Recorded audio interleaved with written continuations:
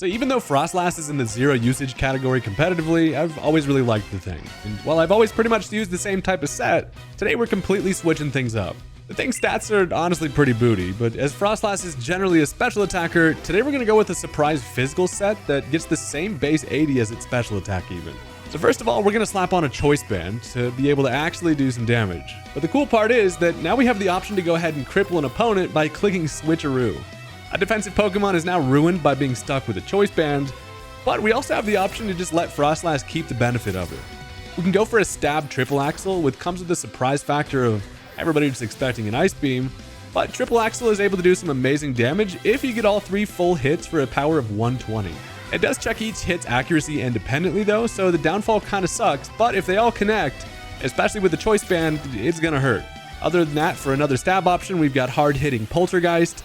And to round things off, we're going to toss on Terra Blast Fire for some optional coverage. But more of the story is that today we're going to go ahead and surprise some people with physical Froslass that comes with an option to switcheroo and stir some stuff up.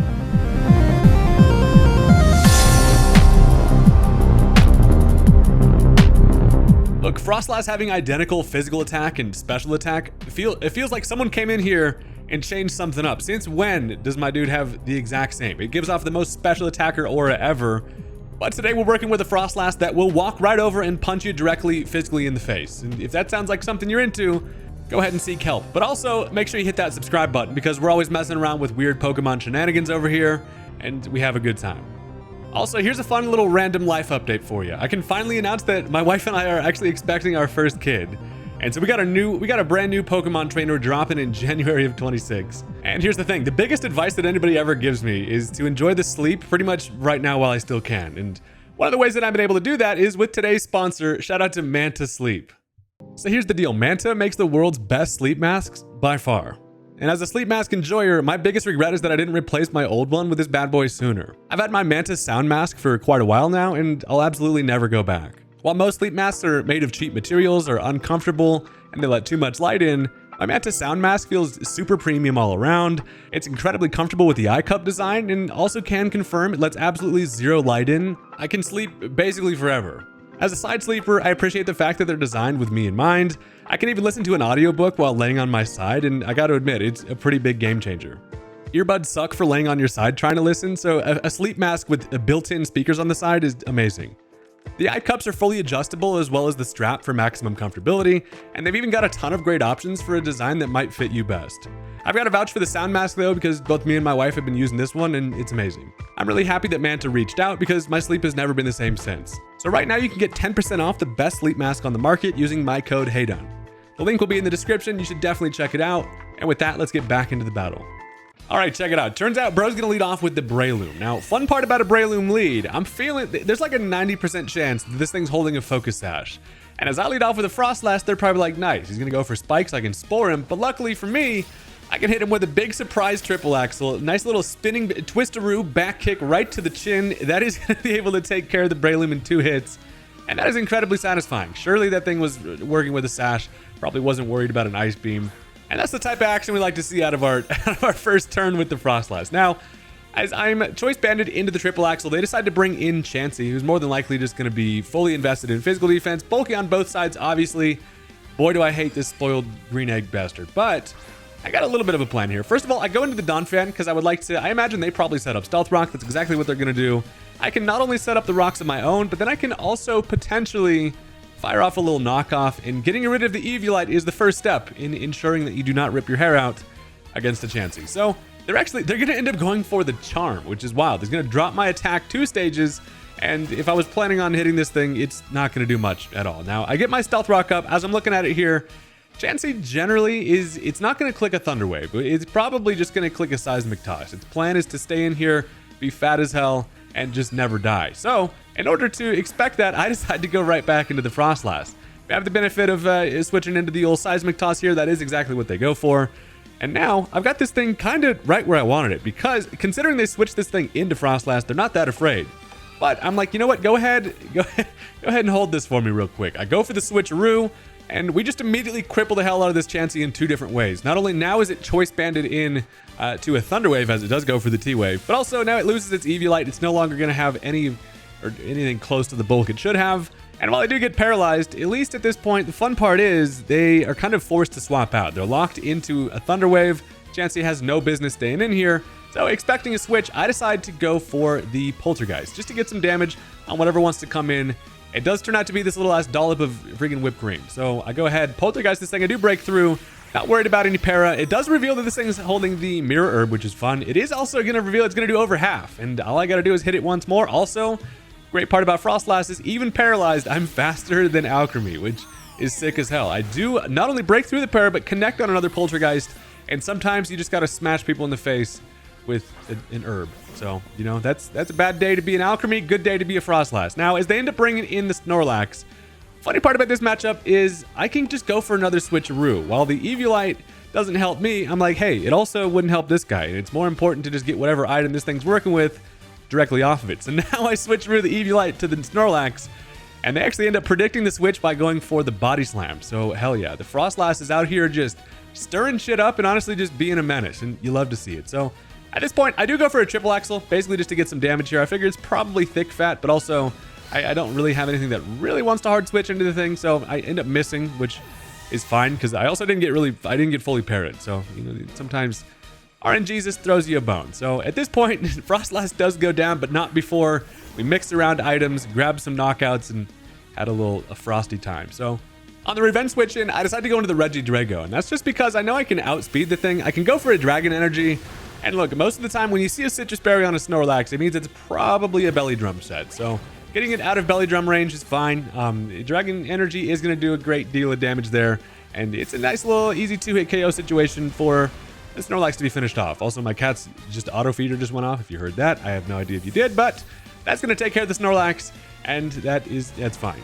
So as I finish it off with the Draco Meteor, this also is going to activate the Eject Pack, which now allows me to go into Pelipper. I figured, you know what? Why not get this place a little bit of rainy? I say it every time, but it's probably the worst. Every beachgoer is now pissed. I bring in the Pelipper, who's going to drizzle it up on everybody's beach day, and that's going to be great. If you're wondering what my rain sweepers are, they are, of course, both Fione and Lumineon, which are my Sinnoh goats and the funniest rain guys ever. So on the empty switch, they decide to bring in the Tatsugiri. Little baby Sushi is able to go for a rapid spin, which obviously removes the stealth rock. Also gives this thing a speed boost, and I'm like, you know, this thing could get a little out of hand if it starts boosting up its speed all crazy. Good thing about Pelipper, though, is I can afford to stay in and just click Hurricane, because that's going to do great chip. And also, at this point, I'm like, it probably, a Draco Meteor likely kills me, but I just needed the damage on the thing, and also, as long as they don't, you know, go for 2 rapid spins, Swift Swim, Lumineon should be able to outspeed it. Now also, since they don't Draco Meteor, I'm able to live a Dragon Pulse, which is sick, because now I get that U-turn off.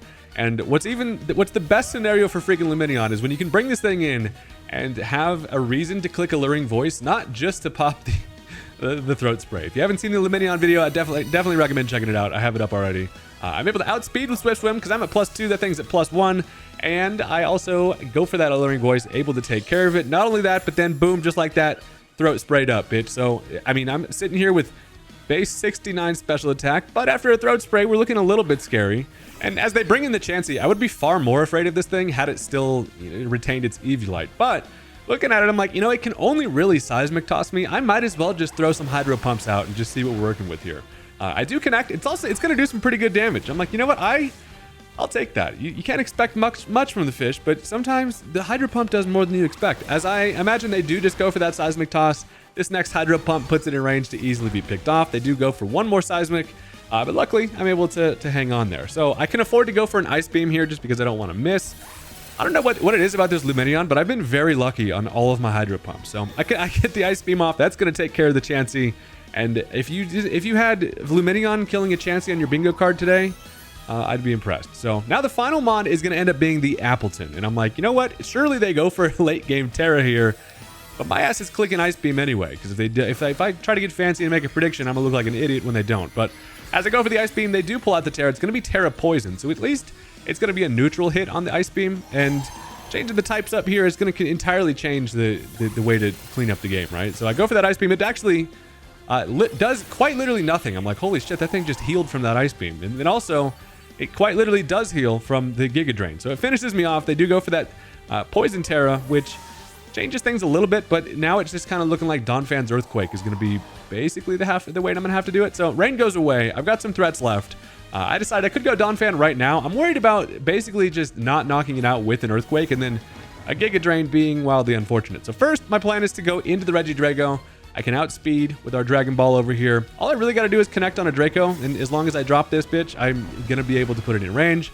It is going to connect, thank God. I've been lucky on Draco Meteors as well, but they do have the Dragon Pulse. Going to be able to kill the Regidrago, but that amount of damage was just important in that now Donphan's generally not known as being, you know, the kind of guy who can come in and outspeed stuff, but I should be able to outspeed a Pokemon that's a straight up apple pie. I don't know. I'm an elephant that's shaped like a wheel. You would think this thing would actually be kind of faster, but I go into the Donphan here.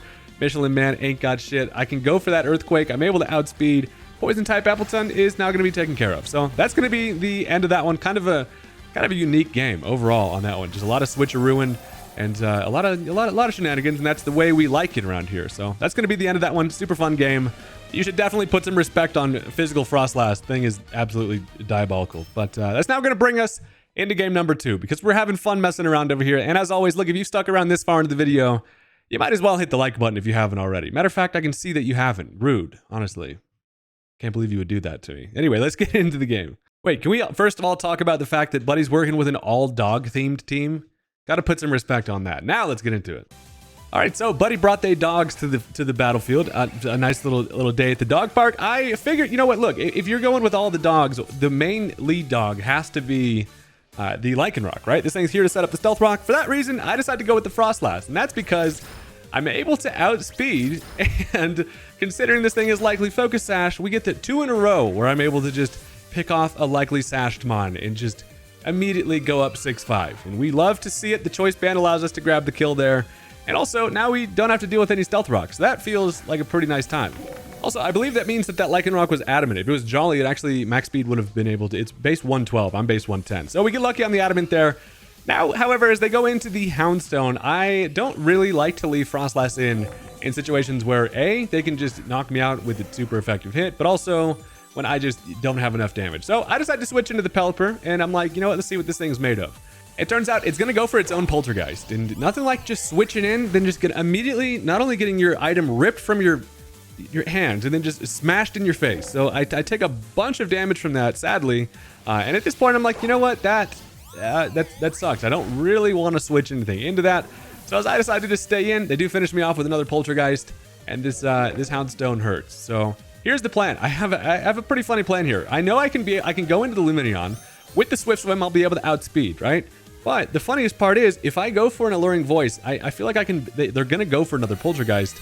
But what happens is, Alluring Voice does nothing at all. But what it does do is gets rid of my item, and that's why Poltergeist is honestly not a great move a lot of the time. You get rid of your item, now all of a sudden it doesn't work, baby. That works out perfectly for us, though. I get that free special attack boost.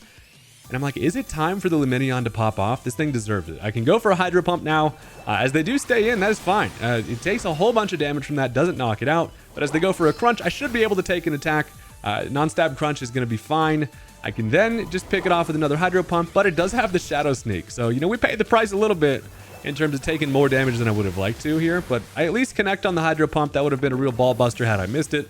But that's dog number 2 taken care of. So, great part about Lumineon is we're faster than everything they've got. What we're not faster than, though, is an extreme speed from a freaking speedy doggo here. So as they go Arcanine, I'm thinking, you know what? They probably might, well, maybe not probably. They might expect me to go into the Froslass being the ghost type, expecting the extreme speed. That could be sick. I'm going to go for the over prediction here and end up clicking the Hydro Pump. Now, what works not great for me is the fact that they go for the Terra Grass and they click the extreme speed. But what does work out is somehow I'm able to live that with 1 HP. And then I miss a Hydro Pump, which, you know, doesn't really matter. Would have been at least a little bit of nice chip damage there. But unfortunately, I decided to play into the over prediction again. I'm like, surely they expect me to go Froslass. Nope, they just click the extreme speed again. And I don't get the Ice Beam off. So while, you know, Lumineon at least did something, not super great. But hey, at least this opens the door to go back into the Froslass. And honestly, what sucks about is, I mean, once you start off with a triple axle with a choice band, they know kind of what this thing's working with. But I'll be damned, I'm going to click the triple axle anyway, because it's going to do some decent damage to whatever. Even if Haydunn comes in, it's going to hurt a little bit. So it turns out they decided to go into the Dots Bun, the Bread Dog, and this thing is generally going to be a physically defensive set. Now, what also sucks is it is Rocky Helmet, and multi-hit moves like a triple axle, when you go hit 3 times, That's a whole lot of Rocky Helmet chip. Now, it's also great to note that I do still do some pretty damn good damage with that. I imagine this thing has to be some type of body press set with defense investment, and Abandoned Triple Axle, that's doing some damage there. So that feels pretty nice. However, as I don't see the kill here, I don't really have much of a reason to stay in and just take way more Rocky Helmet damage than I need to. So I decided to go into the Donphan because I'm thinking, you know, maybe they end up going for some type of setup. Of course, this is my red card Donphan. As they just go for the play rough, that's going to not do anything, but it does activate the red card. So I say that is a foul. Get your ass out of here. And that forces the dot spun out. So it is going to end up bringing in a random teammate. Turns out to be the Arcanine. And Tony the Tiger's ass over here isn't a horrible matchup generally. Since I see that it's that Terra Grass, there is of course the chance that it has Terra Blast. But I'm like, surely there's no way they have the Terra Blast, right? Yeah, they do have the Terra Blast, and that's going to be able to take care of me. So I don't get my Stealth Rock up, unfortunately, and I pay the price with my life there. So again, though, what's kind of fine is that now we end this matchup up with, you know, staring down the Arcanine that we have some matchups against. Now, I don't really want to go Froslass. If I saw that a Triple Axle could kill the Dot Spun switch in, I'd probably go that. But as I bring in the Regidrago, I'm thinking one thing. I need to be able to predict that Dot Spun to come in. So what I do is I go for the Terra Steel. Risky maneuver against, you know, an Arcanine, but it's surely not going to stay in or go for any fire stab. So as I go for the Terra Steel, I also have that Terra Blast, and luckily for me, they do send in the little loaf. Dude, Dot Spun is a hilarious Pokemon. I gotta start using this thing more often. Sometimes I forget that this guy exists, but, you know, I go ahead, it's also funny, Regidrago puts the Terra thing on its side there. But honestly, I don't think I even noticed that. But I go for that Terra Blast. I make the prediction correct. They likely just go into that fairy there expecting some nice little Draco Meteor action. But nope, immediately get met via some shards of steel right in your eyes. So that's going to take care of the Dot Spun, which is sweet. And, well, I mean, that's kind of fine. Now they can go into the Houndoom, right? And I'm looking at Houndoom like, if this thing is Nasty Plot and I switch into Manaphy here, it probably still doesn't really have great coverage. So I'm like, not Manaphy, freaking Fione. I wonder how many times I've called this thing Manaphy. It's not even Manaphy. I go into the Fione here. They do just click the flamethrower, which is great. Now, that does nothing. If you guys haven't seen the Fione video, I also recommend checking this thing out. This thing is fun. It's max physical defense and HP, but you're supposed to click Take Hearts and get your special defense and special attack up. And in rain, with the hydration ability, you can rest, and you should go you definitely check it out. This thing is sick, though. So the matchup against the Houndoom tells me that surely they're afraid of water coverage. So I'm like, you know what? I'm just going to go ahead and click an Ice Beam, expecting maybe Arcanine's ass to come back in. As I do get the prediction correct again, Arcanine being grass type takes a bunch of damage from an Ice Beam. I guess not that much. It's less than a 2-hit KO. Because look, this thing's freaking base 80 in all stats. You can't expect much from the guy. So for me, I'm like, I'm just going to stay in here. It can go for a Terra Blast. I can live one of them. I'd like some more chip here. Turns out they overpredict. They're going to go for the Fire Blast, which I'm able to tank. And that is nice, because then I go for an Ice Beam, which ends up getting the crit, unfortunately for them. And that's going to take care of the Arcanine. So, hell yeah. Now, if you thought the doggos were done, I can assure you they are absolutely not. They still got some threats left. And while Fione's still chilling over here at pretty relatively healthy range, we get to see what they want to kind of address this problem as. Now, turns out they're going to go into the Mabostiff. This thing with its weird mustache and smile kind of creeps me out. But as it comes in, I'm like, this thing can't really hurt me, right? They end up going for the Swagger, which can only mean that this thing has to be Mirror Herb. So they outspeed, they get the Swagger off, double my attack, which doesn't help me at all. But then with the Mirror Herb, that's going to go ahead and double this thing's attack, and now that is scary. It would be hilarious if it also copied the confusion from that, but of course it just grabs the stats. The old classical Swagger Mirror Herb combo. Now I do get the Scald off through the confusion, which I'm thinking, hey, go ahead and burn for me. Nope, I do not get the burn. I feel like the Scalds don't be hitting like they used to. I rarely get the damn burn these days, but it's fine. I get the damage that I would like on there, and one great part about this Mabostiff is that it could be scary if it gets a bunch of speed, but for now, it's honestly pretty slow. So as they finish me off with a Crunch, that is going to take care of the Fione, but that opens the door as a free switch into, well, not free, I mean a little revenge switch into the Froslass. And I'm like, does Mabostiff get Sucker Punch? Should I be afraid here? I just click the Triple Axle. Luckily, as I connect here, we are able to outspeed, and we also get the 3 hits, which is amazing. Triple Axle can be either the greatest move you've ever put on your team or the shittiest. It truly just depends on if it wants to hit all 3 times. But luckily we do, and Choice Banded Froslass is still out here putting in work, which is fun. So now as they decide to bring in Houndoom, the thing about Houndoom is their last Pokemon, I should be able to outspeed, get off decent damage with the Triple Axle. However, it reveals that this thing is Choice Scarf. It gets the Flamethrower off before I'm able to attack. And Houndoom should be a mon that has higher base speed. It's pretty ass, but with the Choice Scarf, it's definitely faster. And while they're locked into a Flamethrower, my only Pokemon left is friggin' Steel Regidrago. So I'm like, oh, Jesus Christ. Well, at least I'm at full HP. So I'm thinking there's a shot that I can live this. A Draco Meteor should kill if I can get it off. It all comes down to this last turn. The Flamethrower comes through and I live it with 11 HP. I thought that was a chance. This thing has so much HP that it luckily is able to tank that just enough, and the Draco Meteor connects. And that was a crazy ass ending. Honestly, that thing, that could have gone either way. I think it maybe even was a roll. Regardless though, we almost just got beat up by a pack of dogs, but Froslass is on top, baby. That's gonna do it for the video. Thank you guys very much for watching. I had a fun time messing with the last today, and I'll see you guys next time. Peace out.